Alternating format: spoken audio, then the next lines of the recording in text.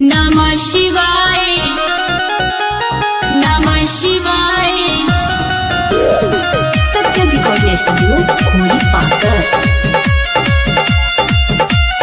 बोल बम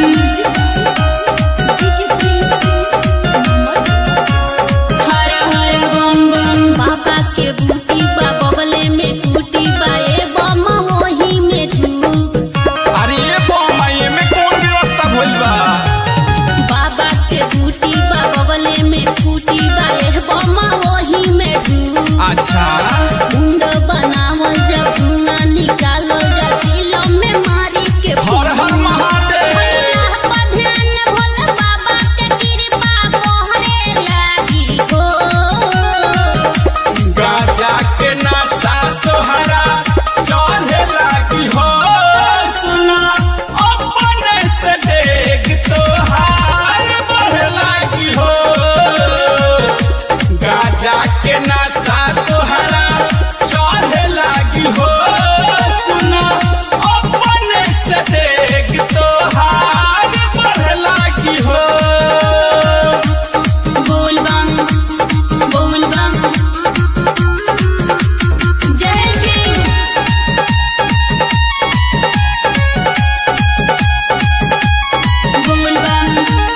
बोल बम जय शिव। दूर हो जाई देख के हारानी नु बाबा हरली है सब परेशानी नु बाबा हरली है सब परेशानी नु। भोले बाबा पर चढ़ावा चल जाल हो।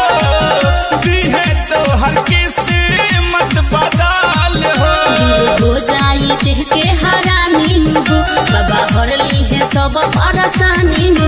बोला बोल बम मिली पूरा दम फल फरे लागी हो। गाजा के नशा तोहरा चढ़े लागी हो।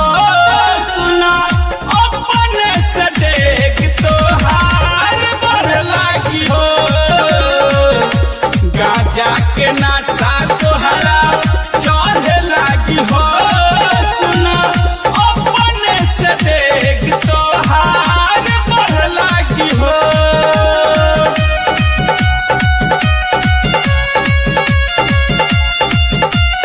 बोल बम हर हर बम। देखो संगमा में मुन्ना सुके सके हो। मुमन धइले ध्यान